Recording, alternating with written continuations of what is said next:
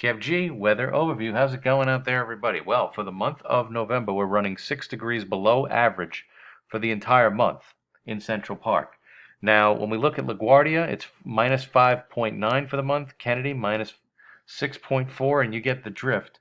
Very chilly month so far, stark contrast to the month of um, October and especially September when we were pretty warm. We started out the month pretty warm with a high of 71 on the first, but it's been all downhill from there. A few nice days sprinkled in, but obviously the chill has settled in, and that day on the 13th, last Wednesday, was a biting cold. So that was the pinnacle of the cold thus far. Now, I think what I want to do tonight is I want to talk about the overall winter pattern. And I believe it's going to be a cold, snowy winter around here. And I want to lead off with that, and then we'll get to the holiday weather. So when we look at Joe Chaffee's page, all he's doing here is drawing the diagram of the overall pattern coming up this weekend. You got a northern jet stream, you've got an active southern jet, and out of that southern jet stream, you have a lot of systems that are traversing the lower 48 states. They bring a lot of moisture with them, and it's going to be the play between these two active branches of the jet stream that's going to determine who gets the most snow this winter.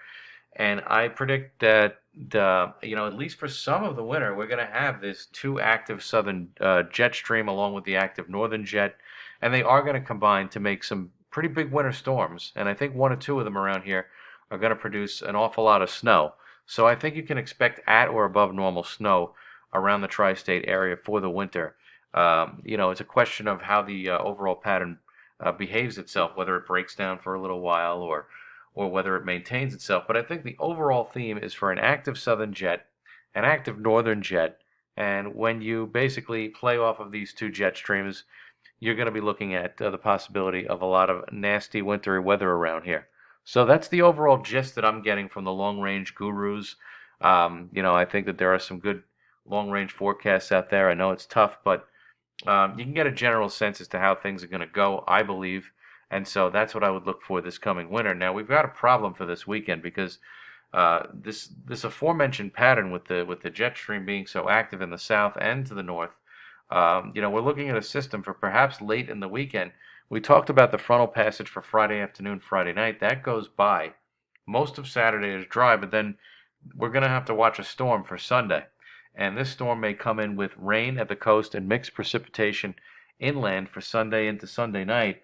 And this could be a wrapped up little storm here as it sort of slows down as it reaches the coast. That's a new development. It's something that is adding to the confusion of the forecast right now. This is a new sort of scenario that the models are playing around with, but I thought that it would be a good idea to just look at it because it's going to play havoc on the weekend forecasts. And when we go into next week, we're going to get a reprieve from the stormy weather for early next week, but the map that I'm showing you right now is Tuesday night into Wednesday. This is off of Tropical Tidbits, and it's depicting a pretty vigorous storm system for the Midwest. We could have an all-out blizzard for the upper Midwest for Thanksgiving, the eve of Thanksgiving. So this could be a very significant travel situation if you're traveling up to the Midwest with a lot of windy, snowy, potentially major winter storm for somebody. I don't think the model has the details right 100%, but for our neck of the woods, it looks like it's going to be heavy rain, and we have to see. Is the question is going to be, does this system get out of here for the bulk of Turkey Day? And that is going to be something that is yet to be determined. So an active period of weather on the way, and we've got to deal with this surprise situation over the weekend. I'll have more to say about that on Thursday. And then we're looking forward to the holiday week next week, and that could portend another impressive storm. But both systems look to be rain around here, as we are not in the month of December where it's climatologically more favorable to get snow, especially on the coast. So stay tuned, and I'll have more to say later in the week.